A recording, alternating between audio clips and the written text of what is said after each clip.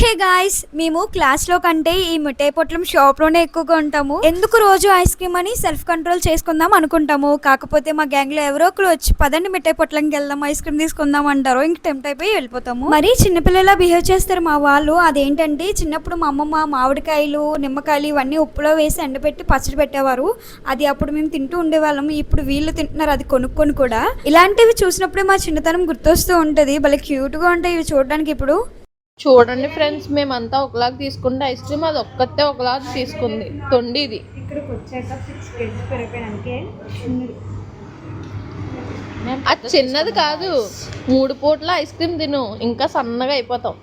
ఇలాంటివన్నీ ఒకటి తర్వాత ఒకటి పొట్లో పడేస్తుంటే 6 kgs ఏంటండి, 60 kgs పెరిగినా తప్పలేదు.